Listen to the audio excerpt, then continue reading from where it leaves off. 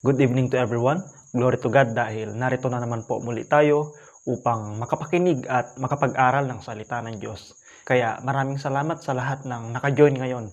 Asahan niyo po na hindi masasayang ang inyong oras dahil naniniwala ako na madami na naman po muli tayong kapupulutang aral mula sa salita ng Diyos. At nawa, matapos ang sharing kong ito na lahat tayo ay na-encourage and sana huwag po tayong tamarin tapusin ang video ito dahil ang topic po na ating pag-uusapan ngayon ay pinamagatan kong Fight Laziness. Sa Tagalog, labanan ang katamaran. So, ito po ang tanong ko sa lahat. Dumarating ka na ba sa point na ikaw ay tinamad?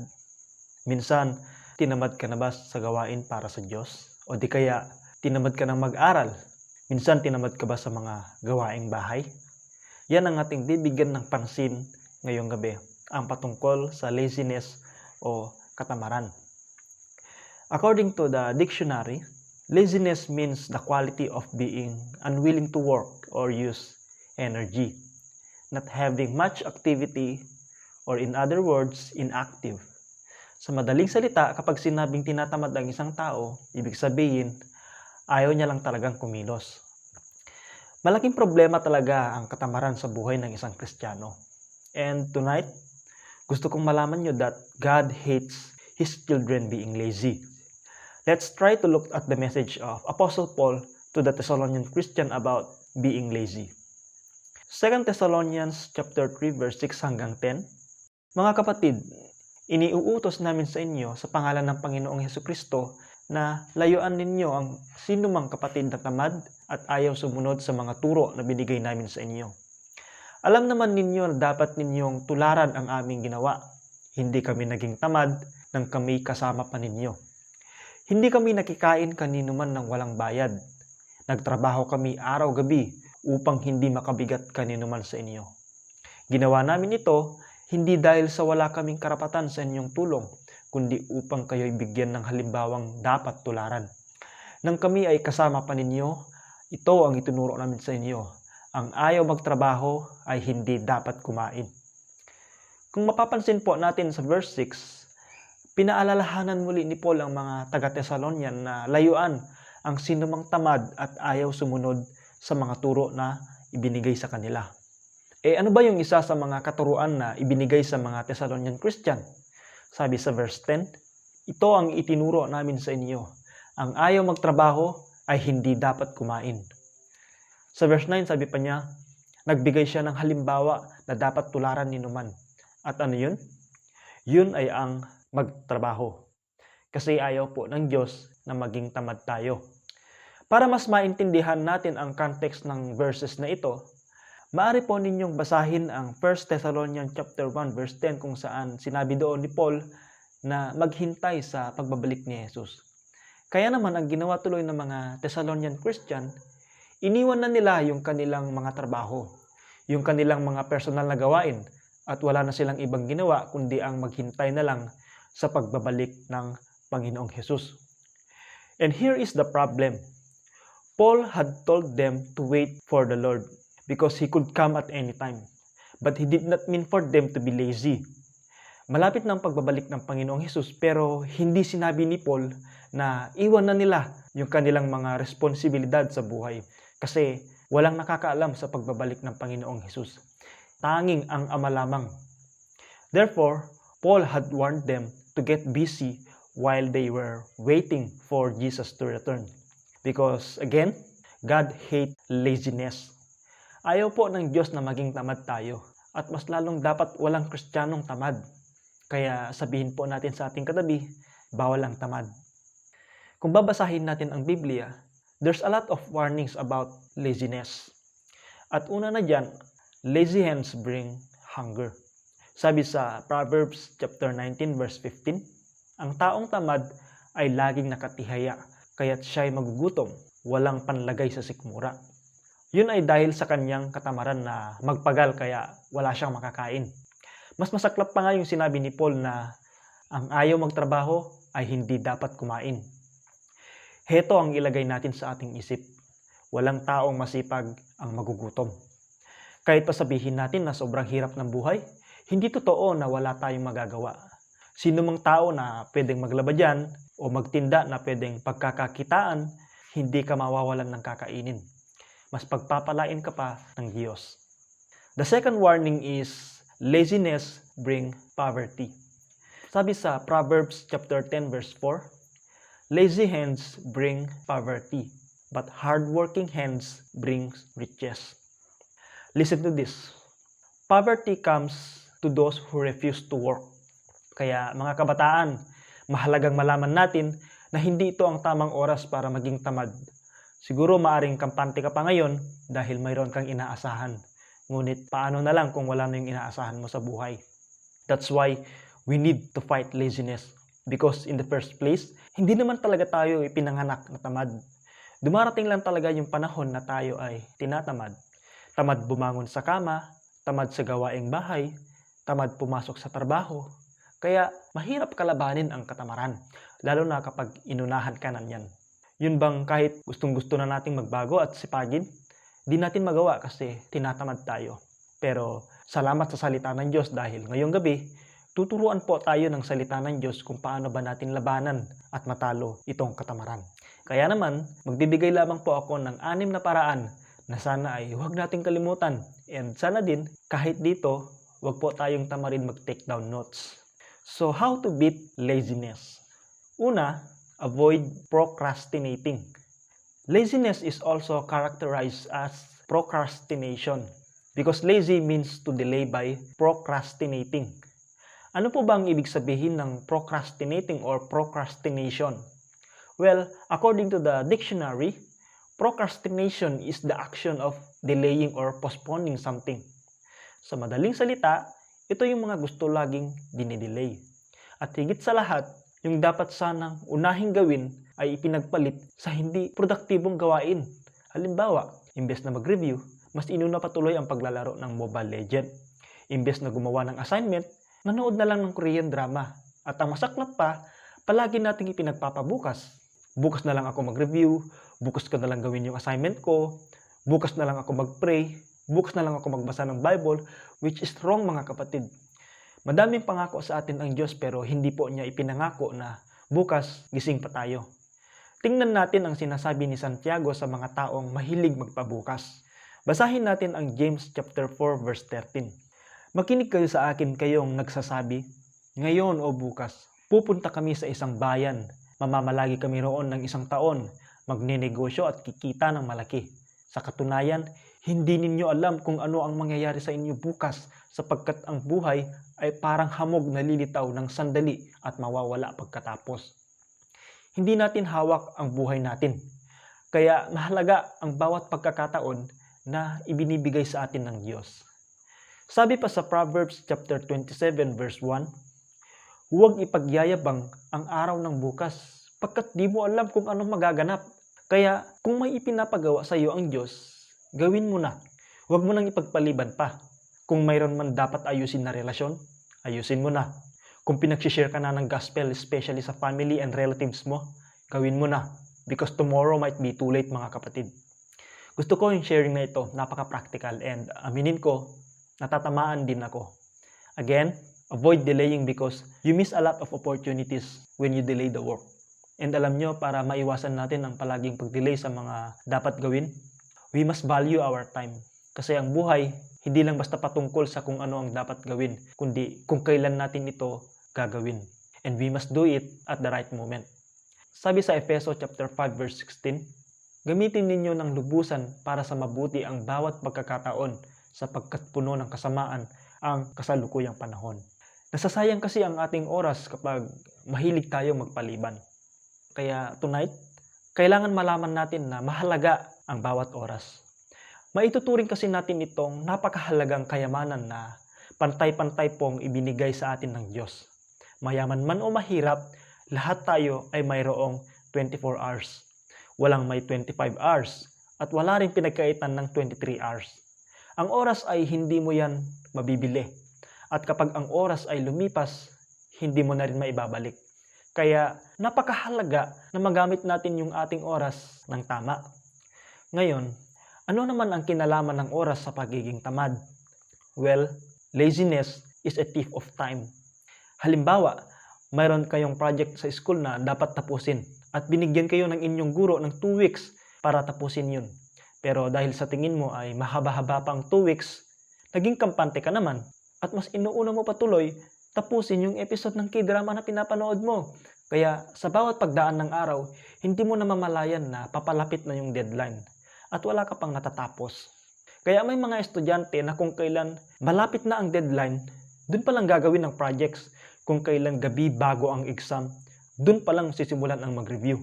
Kaya ang dating noon sa'yo ay stress. O di ba? Tayo din ang mahihirapan kapag lagi nating ipinagpapaliban yung dapat nating gawin. Isa pa sa uri ng pagde-delay ay yung hindi pagkilos at laging naghihintay lamang ng tamang pagkakataon. Basahin natin ang Ecclesiastes chapter 11 verse 4. Farmers who wait for perfect weather never plant. If they watch every cloud, they never harvest. Itong magsasaka daw, naghihintay ng perfect weather bago magtanim at tinitingnan yung ulap bago mag-harvest.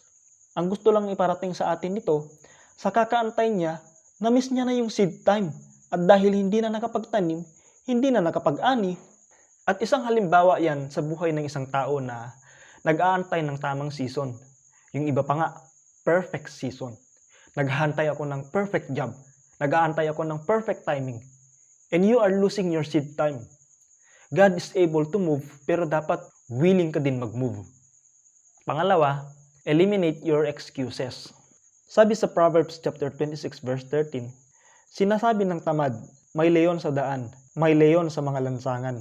Sa verse na ito, gumamit pa itong tamad ng dahilan para hindi makapagtrabaho. Kasi sabi niya, may leon sa daan at baka maaring kainin siya nito. At ito ang mali minsan sa isang taong tamad. A lazy person uses every excuse available to avoid work.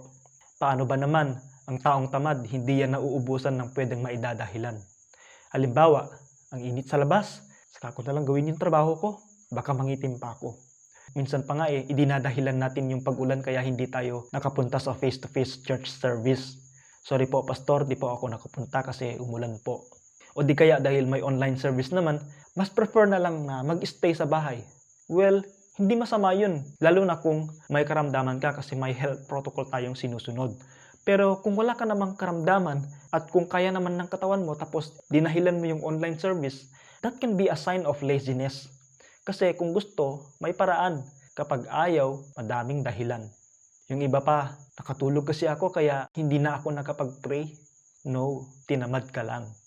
The slothful man always finds a reason not to step out or act in faith. Alam nyo mga kapatid, minsan gusto natin mag-grow pero tamad naman tayong makipag-fellowship. Minsan gusto natin ng breakthrough pero tamad naman tayong manalangin.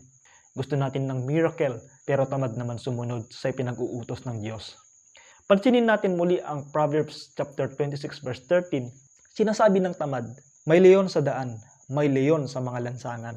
Mapapansin din natin dito na mayroong pagkatakot ang tinutukoy dito.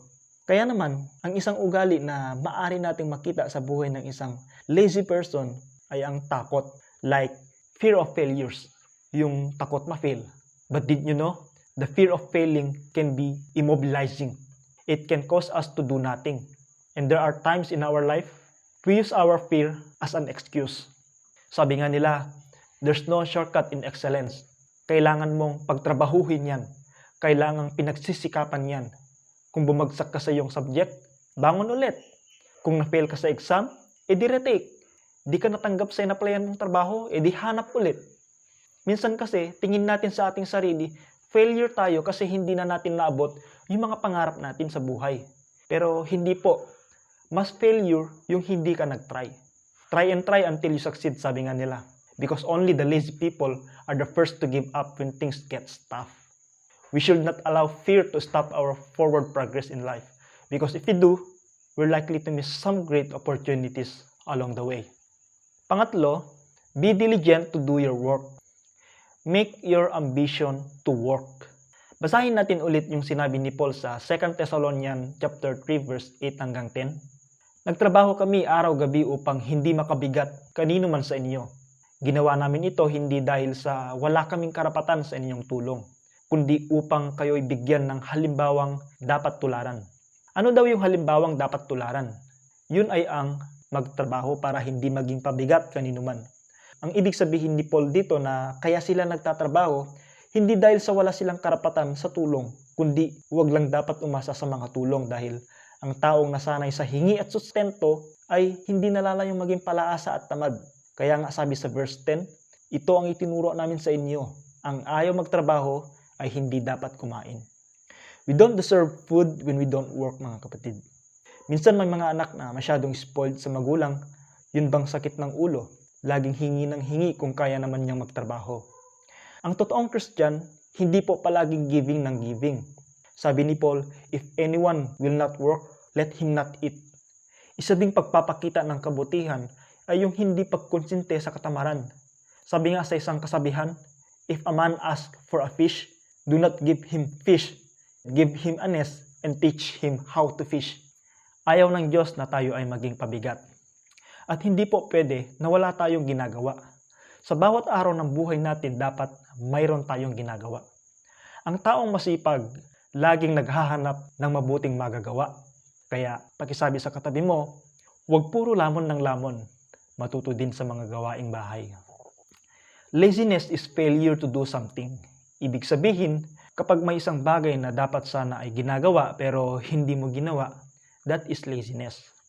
You have a capability to work, but you don't work. Yung loob ng bahay, ang gulo, hindi man lang magawang ayusin. Sariling kwarto, hindi pa magawang linisin. Sariling underwear, hindi pa magawang labhan. Kasi nga, tinatamad o di kaya may inaasahan. Minsan kasi, tamad tayong gawin ang isang bagay dahil ayaw natin mapagod. Ang moto pa nga ng mga tamad, di bali ng tamad, hindi naman pagod. Ngayon baka ang tanong ng lahat, bakit kasalanan ba ang pagiging tamad? Yung wala ka nang ginawa, kasalanan pa rin ba yon? Kasalanan nga ba? Ngayon, susuriin natin yan. Halimbawa itong sinabi ng Bible sa Efeso chapter 6 verse 1. Children, obey your parents in the Lord, for this is right. Right thing to do yun pero paano kung hindi mo ginawa? Tingnan natin ang James chapter 4 verse 17. Ang nakakaalam ng tama ngunit hindi ginagawa ay isang kasalanan. Minsan, akala kasi natin, nagkakasala lamang tayo sa mga bagay na ginawa natin. Pero tandaan, isang kasalanan din ang alam mong tama pero hindi mo ginawa. Laziness is the sin by which we ignore our obligations for God. Madami tayong obligasyon sa ating buhay pero dahil sa katamaran, hindi natin magagawa ang mga yon.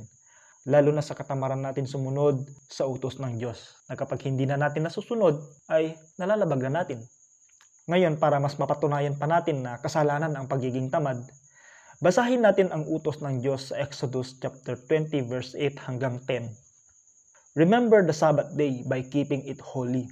6 days you shall labor and do all your work, but the 7th day is a Sabbath to the Lord your God. God commanded us to work in 6 days. Kung yung verse 10 ay isang utos, yung verse 9 ay isang utos din. And anybody who does not work for 6 days is breaking the law. Minsan, galit na galit tayo sa mga idolaters, sa mga adulterers, sa mga murderers. Pero sa atin, may mga Kristiyano na ini-ignore ang command ng Lord that in 6 days, you shall work. And it is a sin to ignore God's command. Sabi nila, work is a curse. Pero hindi po. Work is not a curse. Sa katunayan, mayroon ng work bago pa nagkasala si Adan at Eva. At ang unang trabahong binigay ng Lord kay Adan ay ang maging gardener, tagapag-alaga ng Garden of Eden. Therefore, ang work ay hindi po consequences ng kasalanan. Work is a gift. Pasalamat mga dapat tayo kasi mayroon tayong ginagawa. Kasi alam nyo, our lazy days are Satan's busy days. Ang taong walang magawa, bibigyan talaga ng Satan ng magagawa. Kaya kung mayroon tayong mabuting pinagkakaabalahan, walang panahon si Satan sa atin para tayo tuksuin at magkasala. A lazy person doesn't do extra things. Halimbawa, 10 minutes overtime, ayoko niyan. Gusto ko kung ano lang yung working hours na ibinayad sa akin, yun lang. Dapat hindi na pwedeng lumampas. O di kaya sa mga estudyante, 20 minutes review, okay na yun. Basta maipasa ko lang. Kahit makakuha lamang ako ng 60%, okay na sa akin. Ang importante, makasurvive. Okay na siguro itong assignment ko, ang importante, may maisubmit ako. Yun bang hindi ka na nag-a-aspire for more? And that can be a sign of laziness. Kasi you could have done more. You could have done better. Sabi nga sa Ecclesiastes chapter 6 verse 10, gawin mo ng buo mong makakaya ang iyong ginagawa. Kaya pakisabi sa katabi mo, sipag-sipag din pag may time. Pang-apat, rest well. We need rest to be able to work again. Sabi sa Mark chapter 6 verse 31, subalit napakaraming taong dumarating at umaalis, at hindi na nila makuhang kumain kaya't sinabi ni Jesus sa mga alagad, magpunta tayo sa hindi mataong lugar upang makapagpahinga kayo ng kaunti. Dito sa verse na to, mapapansin natin na masyadong busy sa kanilang trabaho ang mga alagad ni Jesus sa pagpapakain sa libo-libong tao. At dahil dun, hindi na nila nakuha pang kumain. Kaya sinabi ni Jesus sa kanila na magpunta muna sa isang lugar kung saan pwede silang makapagpahinga. Ngayon, anong aral dito? Hindi po maganda ang sobrang pagtatrabaho kasi minsan may mga nakakaligtaan tayo. Hindi na tayo nakakakain sa tamang oras at nakakasama lalo na sa ating kalusugan. At hindi lang yan, kapag sobrang dami na nating na-accomplish, parang gusto na natin mag-shutdown minsan. Yung tipong drain na tayo. Maaari din maubos ang lakas mo kapag sobra ang pagtatrabaho. At kapag naubos ang lakas mo, maaring tatamarin ka sa muli mong pagtatrabaho. Sino bang gusto magtrabaho kapag pagod na? Kaya learn to rest din. We have time to work and we also have time to rest. Mahalaga kasi ang pagpapahinga. Sa katunayan, iniutos pa yan sa atin ng Diyos. Basahin natin ang utos ng Diyos patungkol sa pagpapahinga. At mababasa natin iyon sa Exodus chapter 20 verse 9 hanggang 10. You have 6 days each week for your ordinary work. Gaya nga ng sabi natin kanina, we have 6 days to work. Ngayon naman sabi sa verse 10, but the 7th day is a Sabbath day of rest dedicated to the Lord your God. In this verse, God commanded us to work, but God also commanded us to rest. And we should set aside time to rest and dedicated to the Lord. Resting is dependence on God. Kaya nga tuwing linggo, dapat iniiwan muna natin yung ating mga pinagkakaabalahan at pupunta magsimba o di kaya maki-online service muna. Sunday is the Lord's day. Resting is part of work. Ang pagpapahinga ay hindi po masama. Pero kailan ba nagiging masama ang pagpapahinga? Take note, walang pagpapahinga na mangyayari kung walang pagtatrabaho. We don't deserve rest when we don't work. But sometimes, there are people that really overrest. Yung tipong napagod lang ng 2 minuto, magpapahinga ng 2 oras. Masama po ang sobrang trabaho, pero masama din ang sobrang pahinga. Overresting is a form of laziness. Panglima, do not love excessive sleep. We love to sleep, right? Sino ba sa atin ang ayaw matulog? Siyempre lahat tayo gusto natin. At hindi po masama ang pagtulog. Ang masama ay ang labis na pagtulog. Yung maghapon nang natutulog. Kaya sa halip na ubusin yung ating oras sa pagtulog, gugulin po natin ang panahon sa mga produktibong gawain. Halimbawa na lang sa mga kabataan, lalo na sa mga nag-aaral. Maaari kayo mag-self-study, lalo na kung wala kayong online classes. O kaya naman, gamitin nyo ang inyong pagkakataon para i-explore ang inyong passion o mag-develop ng mga bagong skills. O di naman kaya, pwede rin tayong humanap ng pwede nating pagkakakitaan, lalo na ngayong nangangailangan tayo ng pang-load para sa ating pang-online class at para na rin sa project sa school. At sa ating spiritual na buhay naman, maaari din nating gamitin ang ating bakanteng oras para magsaliksik ng salita ng Diyos. Kaya kung yung kanina, masama ang sobrang pahinga, dito naman, masama ang labis na pagtulog. The right amount of sleep is minimum of 8 hours a day. Tama? And that is equivalent to 1/3 of 24 hours. At alam nyo po ba, ayon sa survey, 1/3 daw ng buhay natin ay ginugugol natin sa pagtulog. And 1/3 is equivalent to 30% of your life. So imagine kung nabuhay ka sa loob ng 70 years, 20 years kang tulog kung pagdudugtungin mo yung 8 hours. Grabe no? Ganun kahaba. Yung iba hindi lang 8 hours. Hindi pa kasama dyan yung pagtulog mo sa tanghali. Hindi pa kasali dyan yung time na tinulugan mo yung teacher mo habang nagle-lecture. At maging yung time na nakatulog ka habang nagpipreach sa pastor. And did you know, that is one form of laziness. The more you sleep, the sleepier you get. Habang tulog ka ng tulog, mas lalong nagiging mantukin ka pa nga eh. And a lazy person loves excessive sleep. Sabi sa Proverbs chapter 20 verse 13, matulog ka ng matulog at ikay maghihirap. Ngunit maganda ang iyong bukas kung ikay magsisikap. Hindi po kontra ang Diyos sa ating pag-unlad, lalo na kung tayo ay nagsisikap sa tamang paraan. Sabi sa Proverbs chapter 10 verse 5, ang nag-iimbak kung tag-araw ay nagpapakilala ng katalinuhan, ngunit ang natutulog kung anihan ay nag-iipon ng kahihiyan. Ngayon, tignan natin ang halimbawa ng nag-iimbak kahit tag-araw. Basahin natin ang Proverbs chapter 6 verse 6 hanggang 9. Tingnan mo ang mga langgam, ikaw na taong ubod ng tamad. Pamumuhay niya ay masdan mo at nang ikaw ay mamulat. Kahit sila'y walang pinunong sa kanila'y nag-uutos, walang tagapamahala o tagamasid na sinusunod.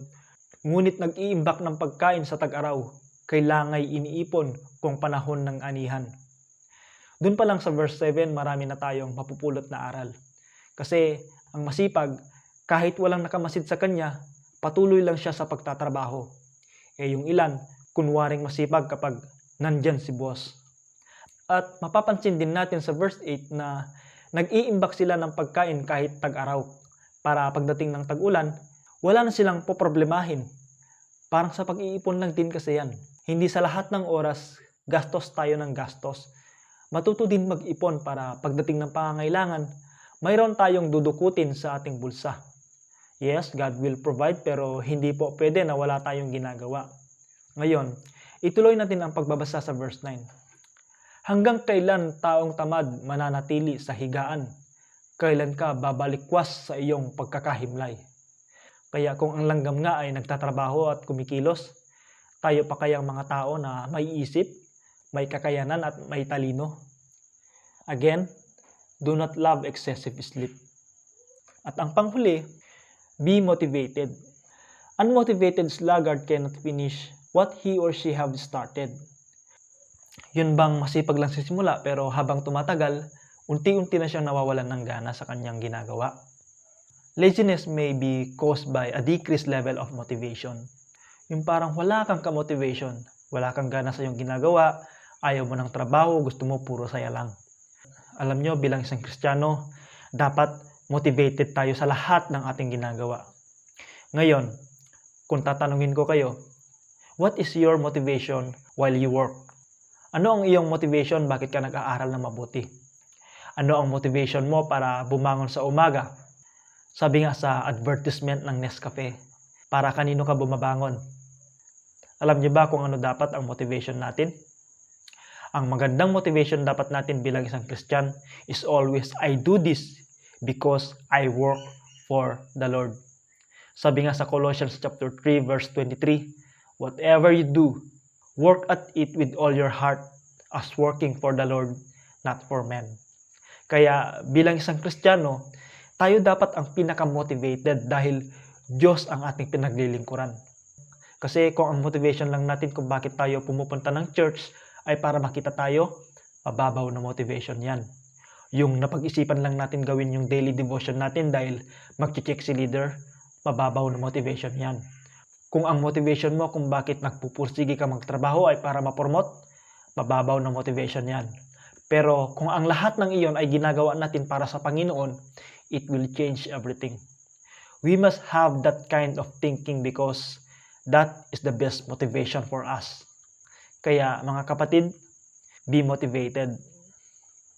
Kaya naman sa ating conclusion sa unang Korinto chapter 15 verse 58, kaya nga mga kapatid kong minamahal, kayo'y magpakatatag at huwag matinag. Magpakasipag kayo sa mga gawain ng Panginoon. Yamang alam niyong hindi mawawalan ng kabuluhan ang pagpapagal ninyo para sa Kanya. Kung sa ating pagtatrabaho, nakukuha natin magpursigi. Kung sa ating pag-aaral, nakukuha natin magpuyat. Kung sa ating buhay, nakukuha natin magpakasipag at magsikap sa mga ibang bagay.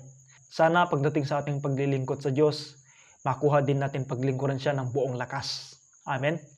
Kaya maging masipag tayo sa paghanap ng mga paraan kung paano natin maisagawa ang tamang paglilingkod sa Kanya. Submit your laziness to God. Our laziness must submit to the heavenly purpose of God in our lives. May purpose at may goal ang Diyos para sa ating lahat. At isa ang katamaran sa naghahadlang para di natin makita ang purpose ng Lord sa atin. Kaya we need to ask God to cast away the spirit of laziness. Deliverance from the spirit of laziness is possible through Christ, mga kapatid.